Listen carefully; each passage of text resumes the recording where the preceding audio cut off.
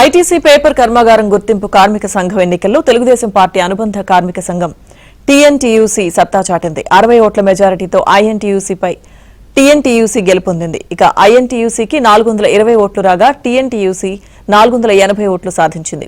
TNTUC తరపున అధ్యక్ష బరిలో నిలిచిన కనకమేడల హరిప్రసాద్ ఐఎన్టీయూసీ నేత గోని రామారావుపై విజయం సాధించారు. ఇక ఇప్పటి వరకు జరిగిన ఎన్నికల్లో టీఎన్టీయూసీ 8వసారి విజయం సాధించింది. కౌంటింగ్ అనంతరం తెలుగుదేశం శ్రేణులు విజయోత్సవ ర్యాలీ నిర్వహించారు. ఇక రెండోసారి గెలిపించినందుకు కార్మికులకు, తెలుగుదేశం శ్రేణులకు చంద్రబాబు, లోకేష్ కు హరిప్రసాద్ కృతజ్ఞతలు తెలియజేశారు.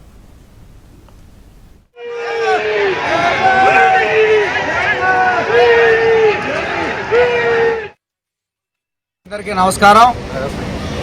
ఐటీసీ పిఎస్పీడీ భద్రాచలం ఇండస్ట్రీలో 14 ఎన్నికలు ఈరోజు జరిగినాయి. కార్మికులు అదేవిధంగా ఈ చుట్టుపక్కల ప్రాంతాల వారందరూ కూడా ఈ పేపర్ పరిశ్రమ మీద డిపెండ్ అయ్యి జీవనం కొనసాగిస్తూ ఉంటారు. కాబట్టి ఈరోజు జరిగినటువంటి ఎన్నికల్లో మొన్న TNTC Bhadrachalam paper boards limited workers యూనియన్గా మేమే రికగ్నైజ్లో ఉన్నాం.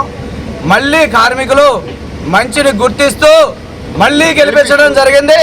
60 ఓట్ల పైగా మెజారిటీతో టీఎన్టీసీ మిత్రపక్షాలని ఈరోజు గెలిపించినటువంటి ప్రతి ఒక్క కార్మికుడికి, కార్మిక సభ్యుడికి, కమిటీ నెంబర్కి, అదేవిధంగా మాకు సహాయ సహకారాలు ఇచ్చిన పెద్దలు, చిన్నలు అందరికీ కూడా పేరు పేరున ప్రత్యేకమైన ధన్యవాదాలు తెలియజేసుకుంటూ మా బాధ్యత మరింత పెరిగింది.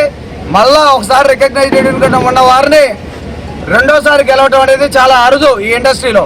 అటువంటిది మాపై ఉంచిన నమ్మకం, దాన్ని ఒమ్ము చేయకుండా యావత్ కార్మికుల ఆశయాలకు తగ్గట్టుగా, వారి కోరికలకు తగ్గట్టుగా రాబోయే 14వ వేతన ఒప్పందాన్ని ముందుకు తీసుకెళ్లాల్సిన బాధ్యత మా మీద మరింత బాధ్యత పెంచినటువంటి కార్మికులకి, అదేవిధంగా ఎన్నికలు అయిపోయినాయి, అన్నీ అయిపోయినాయి.